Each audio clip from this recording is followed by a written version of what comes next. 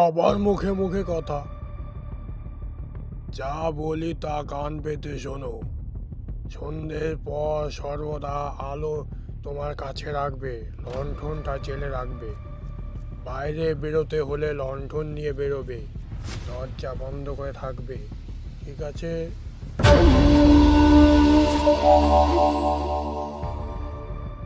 যাও, এখন দেখি কিছু রাঁধো তো, কেমন রাঁধতে পারো, দুজনে মিলে খাই। কি বললে? পুরুষ মানুষ না বউ? কি বউ? কই চল তো দেখি। এত রাতে জঙ্গলের দিকে ঝিঙ্গে পাড়ছে, কোন বউ? চল তো দেখি। তোমার মনে হয় ভীমরতি ধরেছে বাবা। তোমাকে বলেছিলাম না লণ্ঠন নিয়ে যেতে, নিয়ে যাওনি কেন?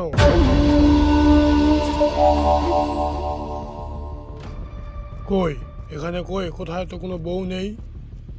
যত সব দিন দুপুরে মানে। চলো চলো, রান্না করো। কি বাবু, কি বললেন? নিবারণ চক্রবর্তীর বাড়ি?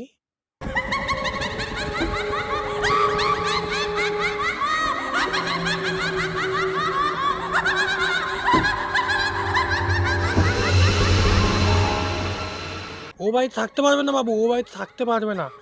কত লোক এলো, কত লোক গেল, আমি দেখলাম, কেউ থাকতে পারেনি, ওরা নিজেরাই থাকতে পারে না। ভূতের ভয় কি না? আপনিও থাকতে পারবেন না, ভালো চান তো চলে যান। নমস্কার, গল্প পালঙ্কে আজ শুনবেন বিভূতিভূষণ বন্দ্যোপাধ্যায়ের লেখা গল্প মায়া। তাহলে এবার শুরু করা যাক। 2 বছর আগের কথা বলি, এখনো অল্প অল্প মনে পড়ে। সব ভুল হয়ে যায়, কি করে এলাম এখানে। বগুলা থেকে রাস্তা চলে গেল সিঁদরানির দিকে। চলি সেই রাস্তা ধরেই। রাঁধুনি বামুনের চাকরিটা ছিল অনেক দিনের, আজ তা গেল। যাক, তাতে কোনো দুঃখ নেই। দুঃখ এই, অবিচারে চাকরিটা গেল। চুরি আমি করিনি, কে করেছে আমি জানিও না, অথচ বাবুদের বিচারে আমি দোষী সাব্যস্ত হলাম। শান্তিপাড়া, সর্ষে, বেজেরডাঙ্গা পার করে বেলা দুপুর ঘুরে গেল। খিদেও বেশ পেয়েছে। জোয়ান বয়স, হাতে সামান্য কিছু পয়সা থাকলেও খাবারের দোকান এ পর্যন্ত এসব পাড়াগায়ে চোখে পড়ল না। রাস্তার এক জায়গায় ভারী চমৎকার একটা পুকুর। স্নান করতে আমি চিরকালই ভালোবাসি। পুকুরের ভাঙা ঘাটে কাপড় নামিয়ে রেখে জলে নামলাম। জলে অনেক পানা শ্যাওলা, সেগুলো সরিয়ে পরিষ্কার জলে প্রাণ ভরে ডুব দিলাম। বৈশাখের শেষ, গরমও বেশ পড়েছে। স্নান করে সত্যি ভারী তৃপ্ত হলো। পুকুরের ধারে একটা তেঁতুল গাছের ডালে ভিজে কাপড় রোদ দিলাম। শরীর ঠান্ডা হলো, কিন্তু পেট সামনে জ্বলছে। এমন সময় কোনো বনের ফল নেই, চোখে তো পড়ে না যেদিকে যাই। এমন সময় একজন বুড়ো লোক পুকুরটাতে নাইতে আসছে দেখা গেল। আমাকে দেখে বললে, এই, তুমি কে? তোমাকে তো এর আগে এখানে কখনো দেখিনি, নতুন মনে হচ্ছে। বাড়ি কোথায়? আমি বললাম, আমি গরিব ব্রাহ্মণ, চাকরি খুঁজে বেড়াচ্ছি। আপাতত বড় খিদে পেয়েছে, খাবো কোথায়, আপনি কি সন্ধান দিতে পারেন? বুড়ো লোকটা বলল, রোসো রোসো, একটু গাছতলায় জিরিয়ে নাও, এখনই স্নান করলে। আমি একটু স্নানটা সেরে আসি।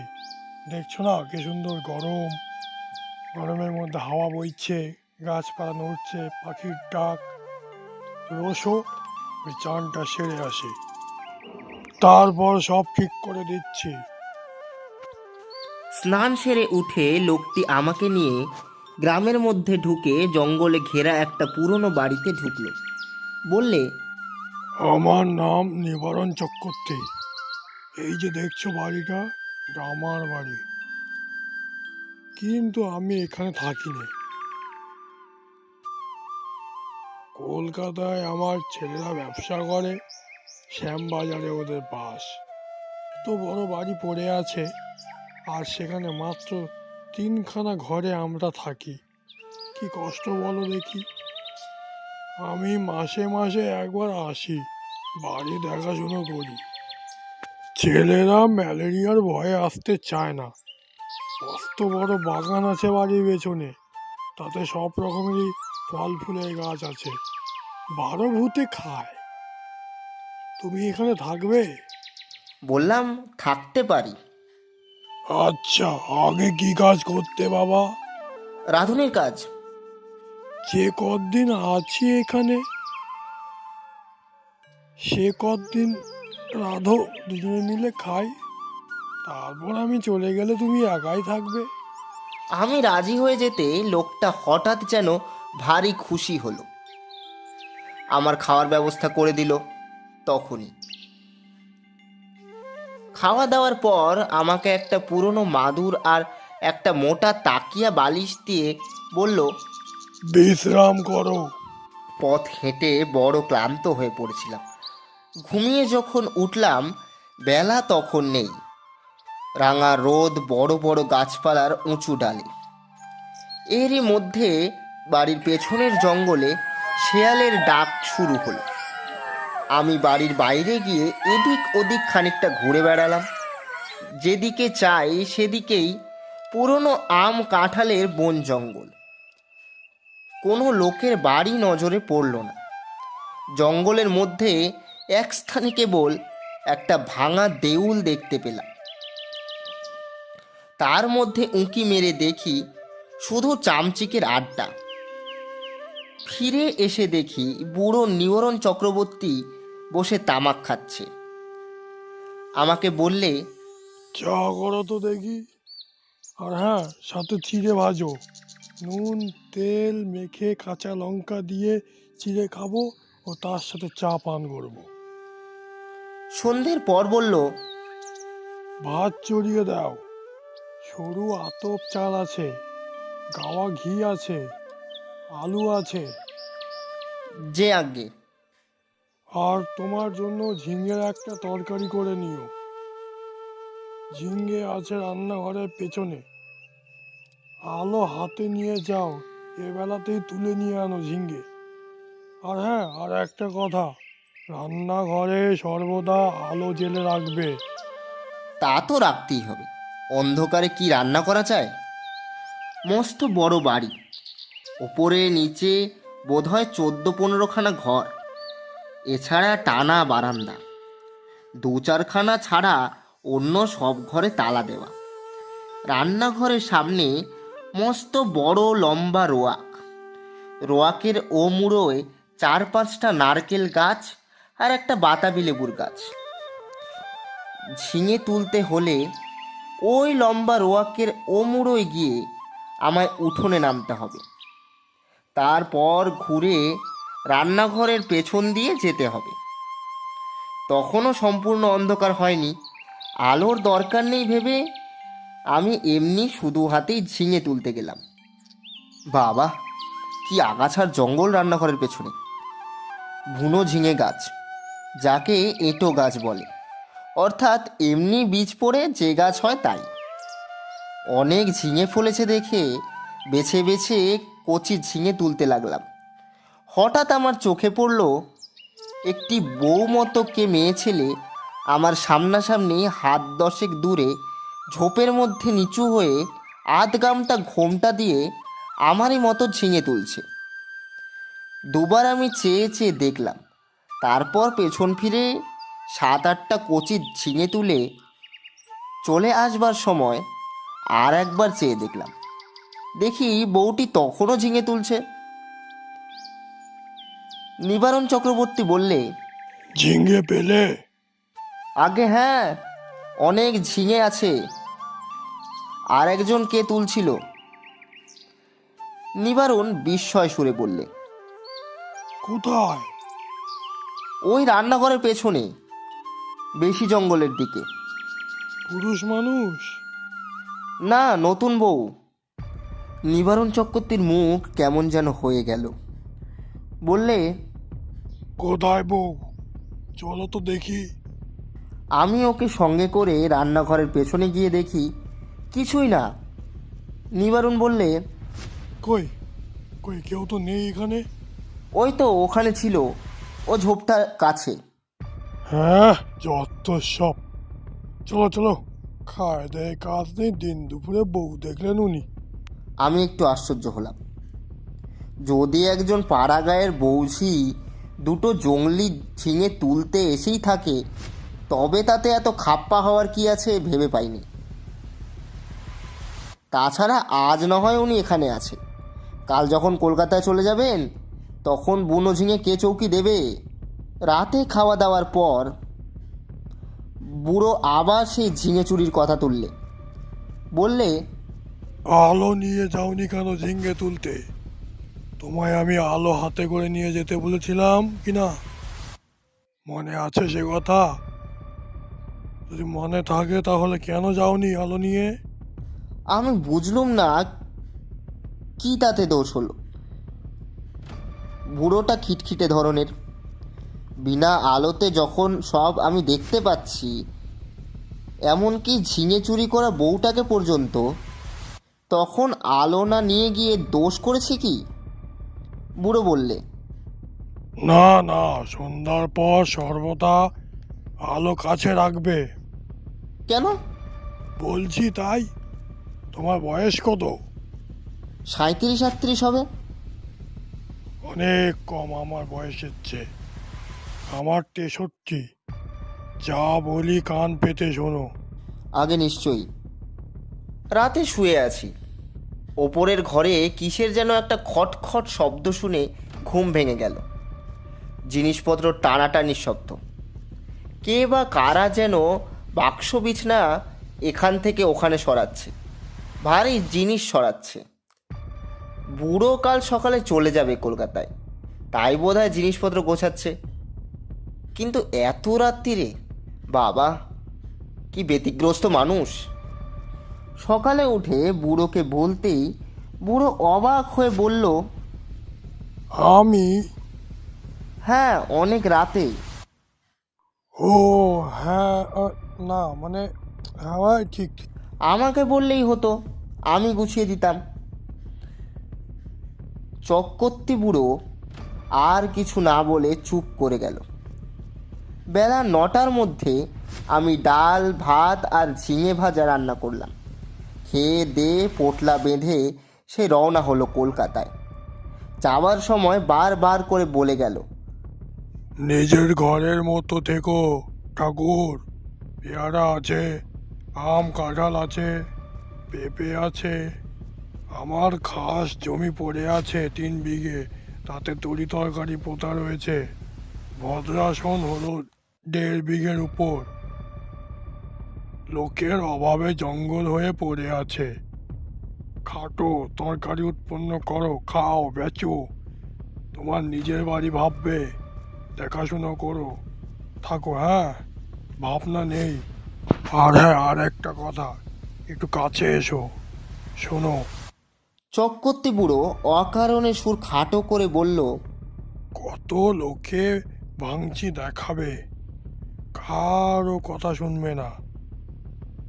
যেমন বাড়ি দেখাশোনা করবে, তেমন নিজের মতো থাকবে। লোকের কথায় কান দেবে না। গাছের ফল ফ্লরি তুমিই খাবে। দুটো ঘর খোলা রইলো তোমার ব্যবহারের জন্য। বুড়ো চলে গেল, আমাকে যেন আকাশে তুলে দিয়ে গেল।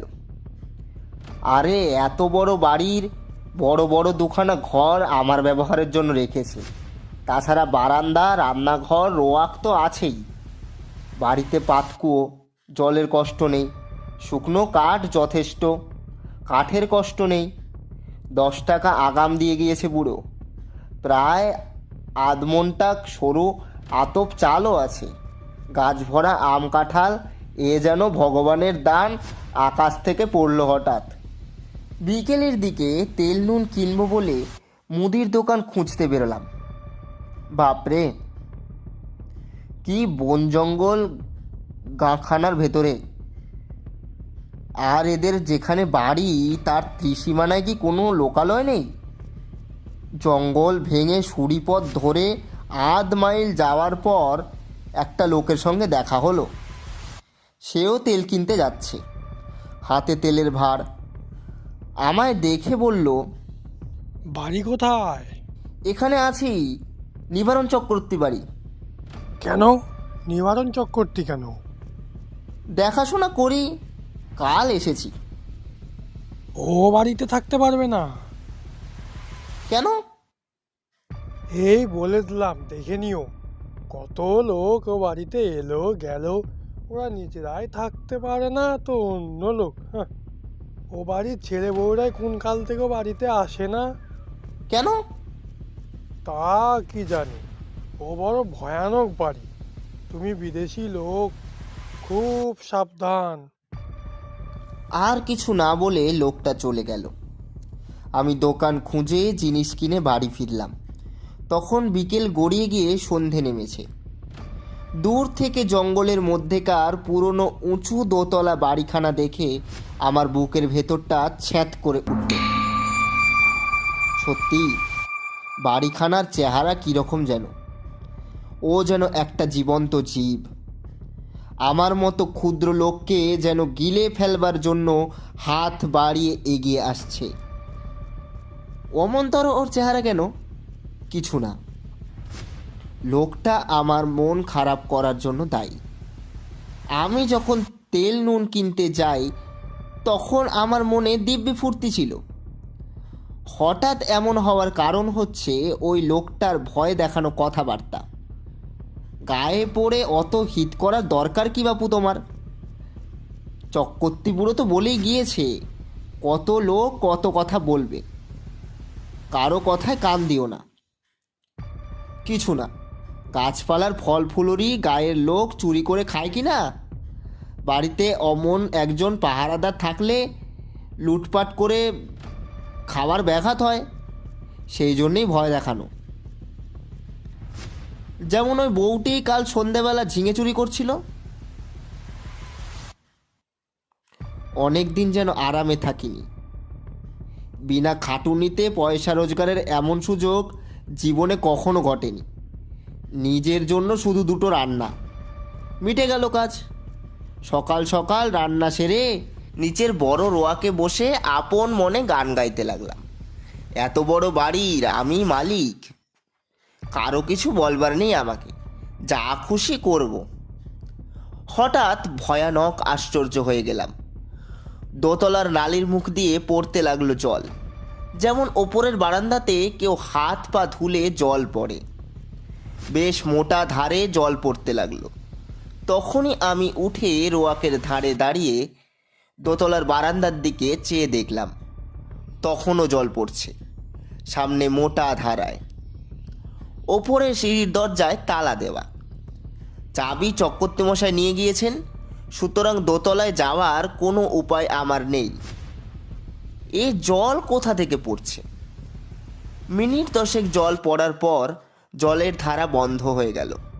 আমার মনে হলো চক্রবর্তী মশাই বোধহয় কোনো কলসি বা ঘড়াতে জল রেখে দিয়েছিলেন ওপরের বারান্দাতে, সেই কলসি কিভাবে উল্টে পড়ে গিয়ে থাকবে। নিশ্চয়ই তাই, তাছাড়া জল আসবে কোথা থেকে? একটু পরে গিয়ে শুয়ে পড়লাম।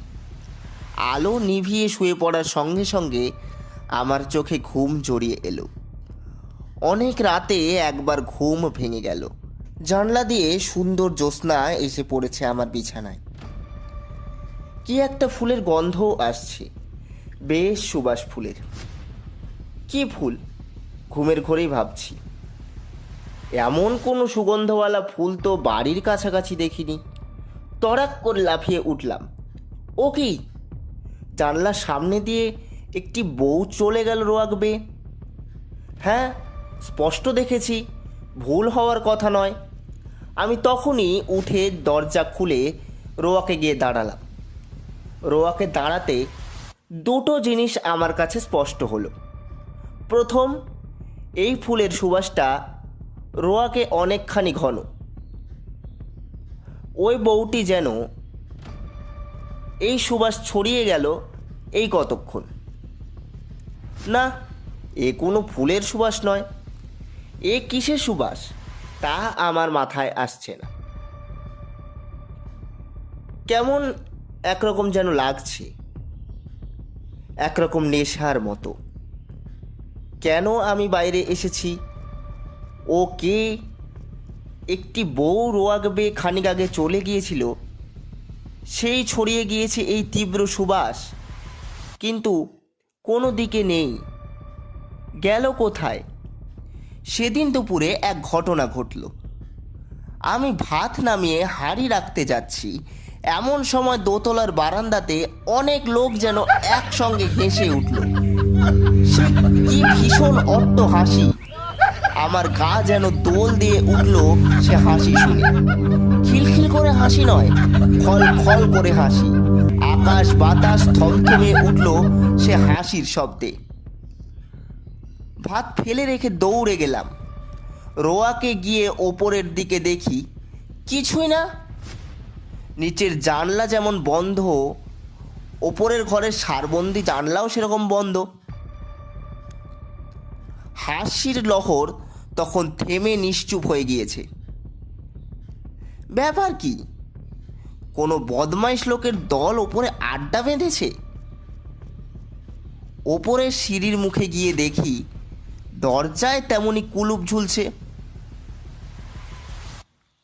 আমার ভয় হয়নি, কেননা দিনমান, চারিদিকে সূর্যের আলো। এ সময়ে মনের মধ্যে কোনো ভূতের সংস্কার থাকে না। এই হাসি যদি আমি রাতে শুনতাম তবে বোধহয় ভয়ে অজ্ঞান হয়ে যেতাম। চাবি দিয়ে দাঁত খুলতে হতো। রান্নাঘরে ফিরে এসে ভাতের ফ্যান গেলে ঝিঙের তরকারি চাপিয়ে দিই। প্রচুর ঝিঙে জঙ্গলে ফলেছে, যত ইচ্ছে তুলে নিয়ে খাও।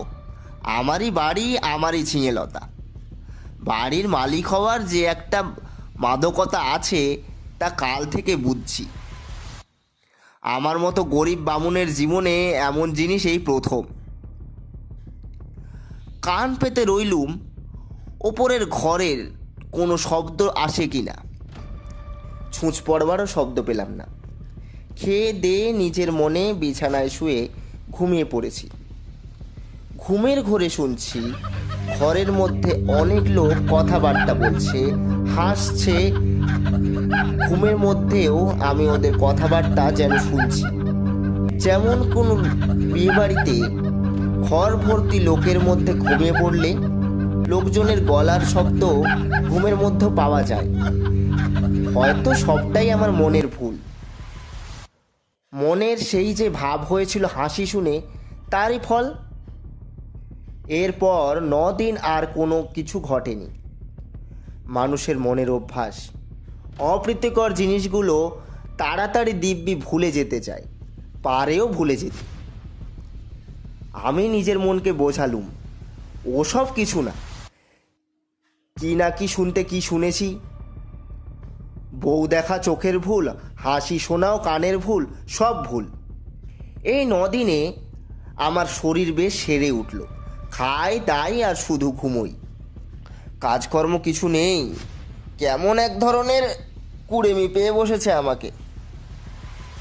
আমি সাধারণত খুব খাটিয়ে লোক, শুয়ে বসে থাকতে ভালোবাসি না। কিন্তু অনেক দিন ধরে অতিরিক্ত খাটুনির ফলে কেমন এক রকমের অবসাদ এসে গিয়েছে।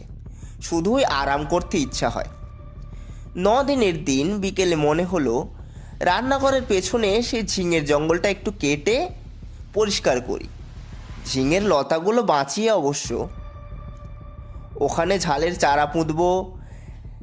আর একটা চাল কুমড়োর এঁটো লতা হয়েছে ওই জঙ্গলের মধ্যে, একটা বাঁশের কঞ্চি দিয়ে রান্নাঘরের ছাদে উঠিয়ে দেব।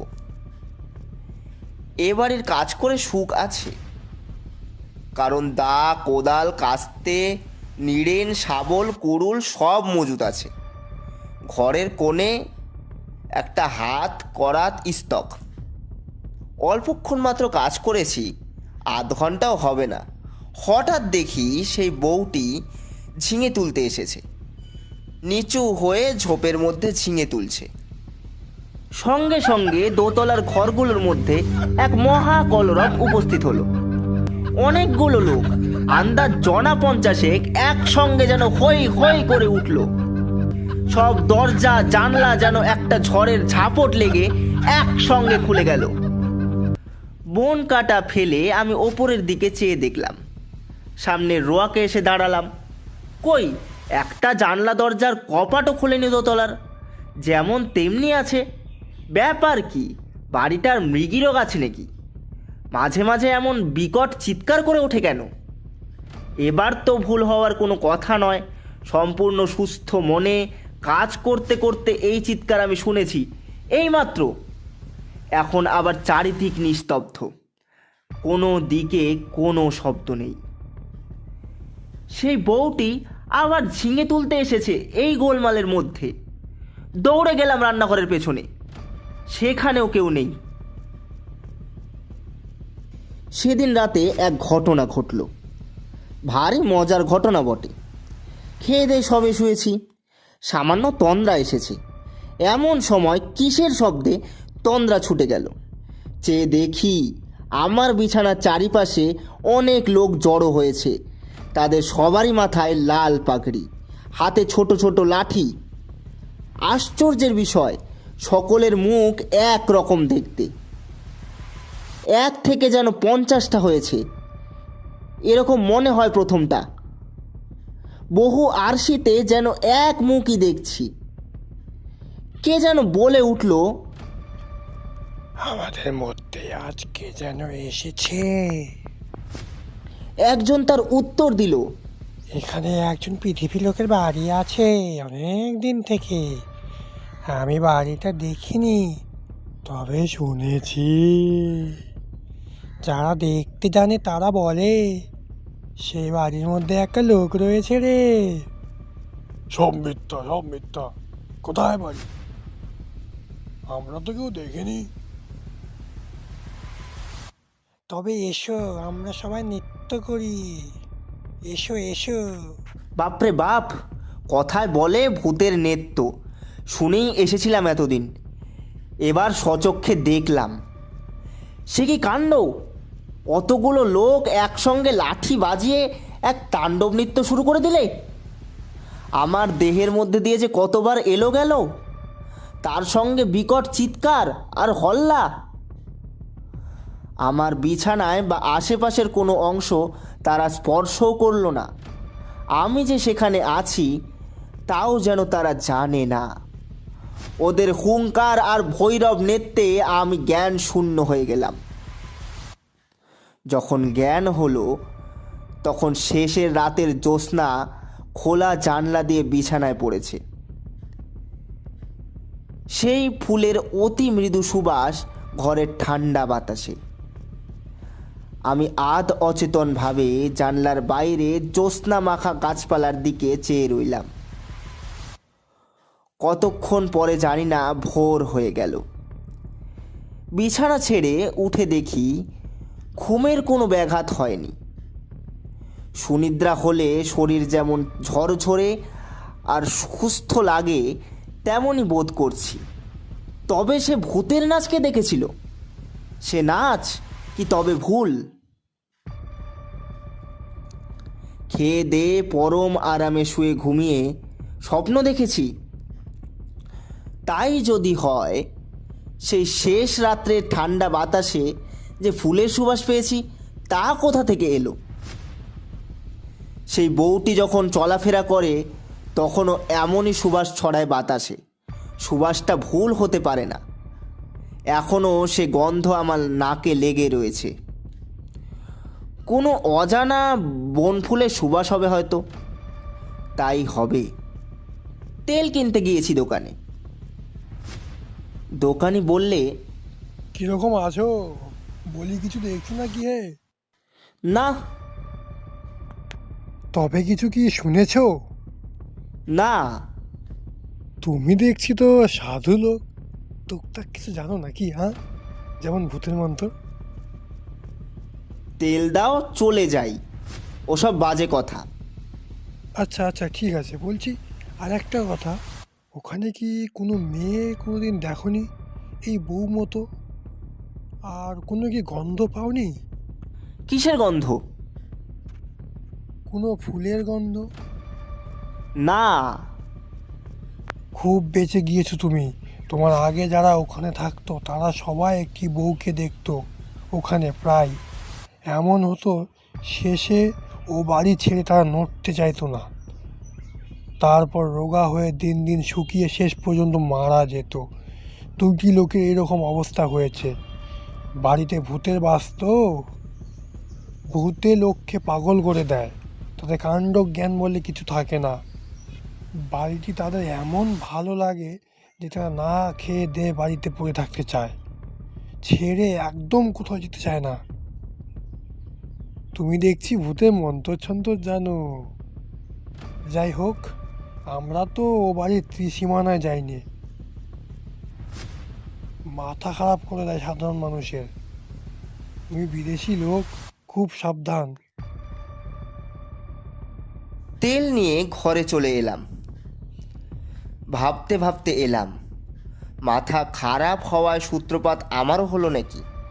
বাড়ির সীমানায় পা না দিয়েই আমার মনে হলো সব ভুল, পরম সুখে আছি। এ ছেড়ে কোথায় যাব? বেশ আছি, খাসা আছি, তোফা আছি। সেই থেকে আজ 2 বছর পড়ে আছি এ বাড়িতে। চক্রবর্তী মশাই মাইনে টাইনে কিছুই দেয় না, তাতে আমার কিছু আসে যায় না। বাড়ি দেখাশুনো করি, বেগুন কলা বেচি, দিনরাত ওদের নেত্য দেখি, ওদের মধ্যেই বাস করি। এক পা যাইনি বাড়ি ছেড়ে।